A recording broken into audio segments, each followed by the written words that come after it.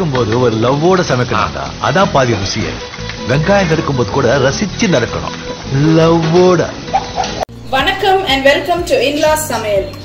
இன்னைக்கு நம்ம பார்க்க போற டிஷ் வெள்ளைக்கிழங்கான் மீன் குழம்பு. அதை எப்படி செய்யலாம், என்னென்ன தேவைங்கிறத பார்க்கலாம் வாங்க. வணக்கம்ங்க.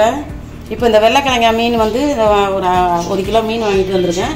கொஞ்சம் வறுக்கிறதுக்கும் எடுத்து வச்சுட்டேன். அதனால் பாதி வறுக்க பாதி குழம்புக்கு நல்லா அங்கேயே க்ளீன் பண்ணி கொடுத்துட்டாங்க. நான் வீட்டில் கொண்டு வந்து நல்லா உப்பு போட்டு உராசி நான் கழுவி வச்சுருக்கேன். இதுதான் வெள்ளைக்கிழங்கா மீன். நான் வந்து கொஞ்சம் மசாலா போட்டு பெரட்டி வச்சுருக்கேன். இந்த மீனை கொஞ்சம் உப்பு புளி எல்லாம் ஊறினுச்சுன்னா குழம்புல போடும்போது நல்லாயிருக்கும். ஒரு 10 மீன் கிட்ட எடுத்து வச்சுருக்கிறேன். கொஞ்சம் சின்ன வெங்காயம் கட் பண்ணி வச்சுருக்கேன். தக்காளி 2 தக்காளி நீல வாக்கில் கட் பண்ணி வச்சுருக்கேன். ஒரு 5 பச்சை மிளகா, புளி கரைச்சல் கொஞ்சம், ஒரு எலுமிச்சம்பழம் சைஸ் புளி கரைச்சல் கரைச்சி வச்சுருக்கிறேன். நம்ம இது லாஸ்ட்டாக சேர்த்துக்கிறதுக்கு கொஞ்சம் தேங்காய் பால். இது வந்து தாளிக்கிறதுக்கு தட்டி வச்சுருக்காங்க. ஒரு துண்டு இஞ்சி, ஒரு 5 பல் பூண்டு. நான் இஞ்சி பூண்டு பேஸ்ட்டு தான் சேர்ப்பேன். இன்றைக்கி வந்து இஞ்சி தட்டி பூண்டும் தட்டி போடலாமே அப்படின்றதுக்காக எடுத்து வச்சுருக்கேன். இப்போ இந்த குழம்பு எப்படி கூட்டலான்றதை பார்த்துக்குவோம் வாங்க. நம்ம இந்த மாதிரி ஒரு அகலமாக ஒரு பாத்திரம் எடுத்துகிட்டு இந்த புளி கரைச்சல் அதில் சேர்த்துக்கிறணும். கொஞ்சம் நடுத்தாயம் புளி கரைச்சல் அதில் சேர்த்துட்டு நான் வந்து பச்சை மிளகா எண்ணெயில் போட மாட்டேன், இதிலே போட்டுருவேன். அப்போ மென்று சாப்பிட நல்லாயிருக்கும். ஏன்னா பச்சை மிளகா பிரியர் நான் இல்லையா. இதுக்கு வந்து கொஞ்சம் தண்ணி பொரிக்கிறதுக்கு எடுத்து வச்சுருக்கேன். ஆமாம். இப்போ வந்து 2 கரண்டி மிளகாத்தூள் போட்டுக்கிறேன். இந்த கரண்டியில் 2 கரண்டி போட்டுக்கிறேன். அதே சைஸ் கரண்டியில் 2 கரண்டி மல்லித்தூள். இந்த வெள்ளைக்கிழங்கா மீன் வந்து குழம்பு ரொம்ப டேஸ்ட்டாக இருக்கும். நமக்கு இப்போ லைட்டாக முள்ளாக இருந்தால் கூட நம்ம பெரியவங்க பார்த்து சாப்பிடலாம், குழந்தைங்களுக்கு வறுத்து கொடுக்கலாம். டேஸ்ட்டாக இருக்கும் குழம்பு. மஞ்சள் தூள் முள்ளு இருக்கதான் செய்யும், ஆனால் டேஸ்ட் நல்லாயிருக்கும். 1/2 ஸ்பூன். இப்போ ஜீரகத்தூள் வந்து 2 ஸ்பூன் போடுறேன். இப்போ 2 ஸ்பூன் ஜீரகத்தூள். மிளகுத்தூள் வந்து 1 ஸ்பூன். கொஞ்சம் காரமாக செஞ்சாலும் நல்லாயிருக்கும். இப்போ நம்ம இதை வந்து நல்லா கலக்கி விட்டுக்கிறணும். உப்பு இதில் சேர்க்க மாட்டேன். உப்பு சேர்த்துருவோம். உப்பு கொஞ்சம் தக்காளியில் போடுவேன். வெங்காயம் தக்காளி வதக்குவோம்ல நம்ம, அதில் சேர்த்துருவேன். இதை வந்து நல்லா கரைச்சி விட்டுக்கிறணும். நான் வந்து தலைப்பால் மட்டும்தான் கொஞ்சமாக எடுத்து வச்சுருக்கேன். இப்போ இந்த புளி கரைச்சலோட நம்ம ஒரு மக்கு தண்ணி, இந்த மக்கில் ஒரு மக்கு தண்ணி பக்குன்ட்டு ஒரு மக்கு தண்ணி சேர்த்தாச்சு. இப்போ இந்த குழம்பு எப்படி தாளிக்கிறதுன்னு பார்க்கலாம் வாங்க. இப்போ பெரிய கடாயை ஒன்று அடுப்பில் வச்சுக்கிட்டேன். நம்ம வந்து அந்த மீன் உடையாமல் இருக்கணும், அதுக்காக கடைசியில் தான் சேர்த்தேன். இப்போது இந்த புளி கரண்டியில் ஒரு 2 கரண்டி எண்ணெய் சேர்த்துக்கிறேன். 2 கரண்டி எண்ணெய். கரண்டியை நல்லா பார்த்துக்கோங்க. புளி கரண்டி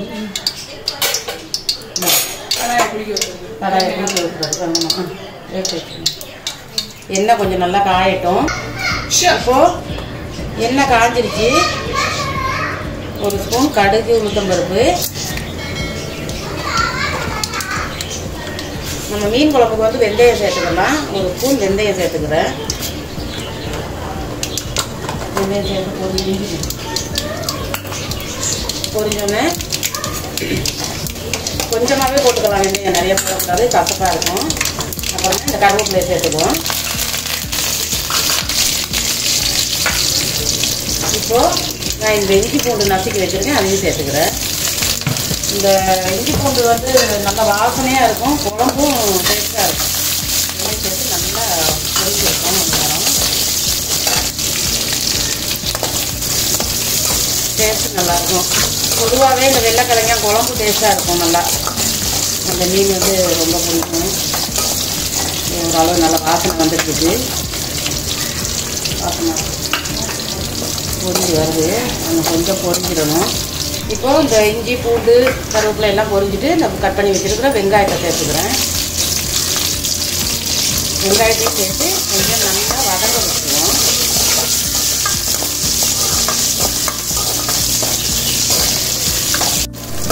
பாருங்கள், இப்போ இந்த வெங்காயம் இஞ்சி பூண்டு எல்லாம் நல்லா பொன்னிறமாக வதங்கிடுச்சு.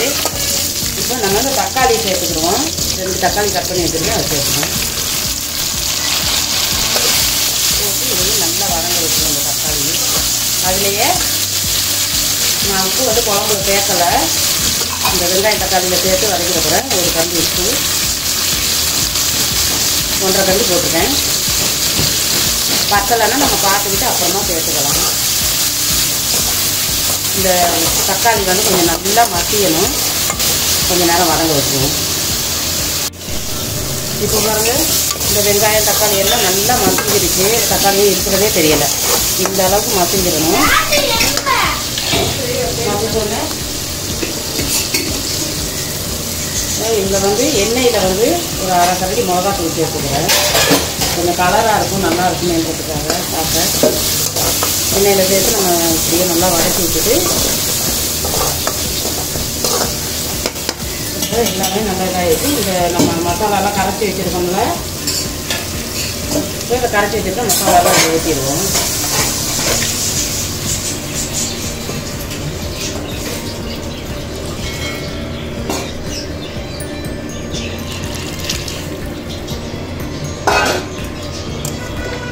நல்லா கொதிக்க விட்டுருவோம். நம்ம மீன் வந்து அப்புறமா தான் சேர்க்கணும், ஏன்னா உடைஞ்சிரும். நல்லா கொதிக்க விட்டுருவோம். அதாவது குழம்பு நல்லா கொதிக்குது, நல்லா கொதிச்சிருச்சு, மசாலா வாடை எல்லாம் போயிடுச்சு. இப்போ நம்ம இந்த மீனை சேர்த்துணும். மீனெல்லாம் சேர்த்துணும். அதில் கடைசியாக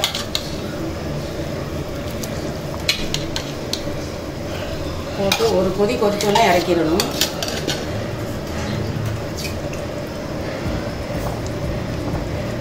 அப்படியே நான் எடுத்து வச்சுருக்கிறேன். இந்த தலைப்பாலையும் இதில் சேர்த்துக்கிறேன்.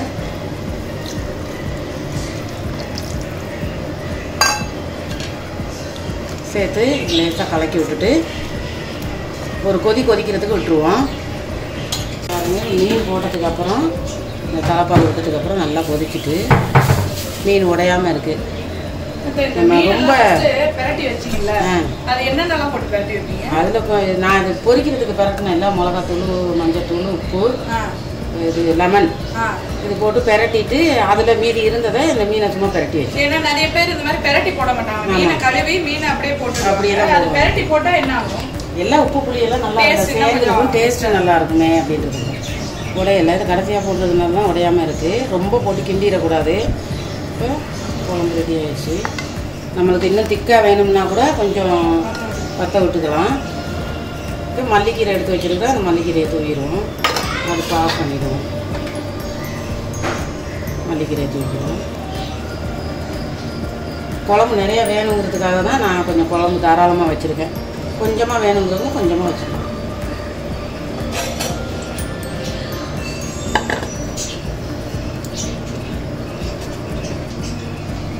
இப்போ நம்ம இந்த பவுலில் எடுத்துக்குவோம்.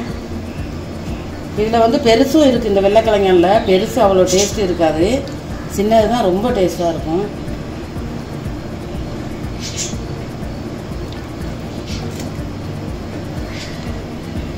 ஸோ நல்லா அருமையாக டேஸ்டியான ஒரு வெள்ளைக்கிழங்கான் மீன் குழம்பு எப்படி செய்யறதுன்னு பார்த்தீங்க. நம்ம சேனலில் ஆல்ரெடி பாறை மீன், வஞ்சிர மீன் சம்மா, வெலை மீன் குழம்பு, பாறை மீன், அந்த மாதிரி நிறைய வீடியோஸ் போட்டிருக்கோம். கண்டிப்பாக அந்த வீடியோஸும் செக் பண்ணுங்கள், ட்ரை பண்ணி பாருங்கள், நல்லா டேஸ்ட்டாக இருக்கும்.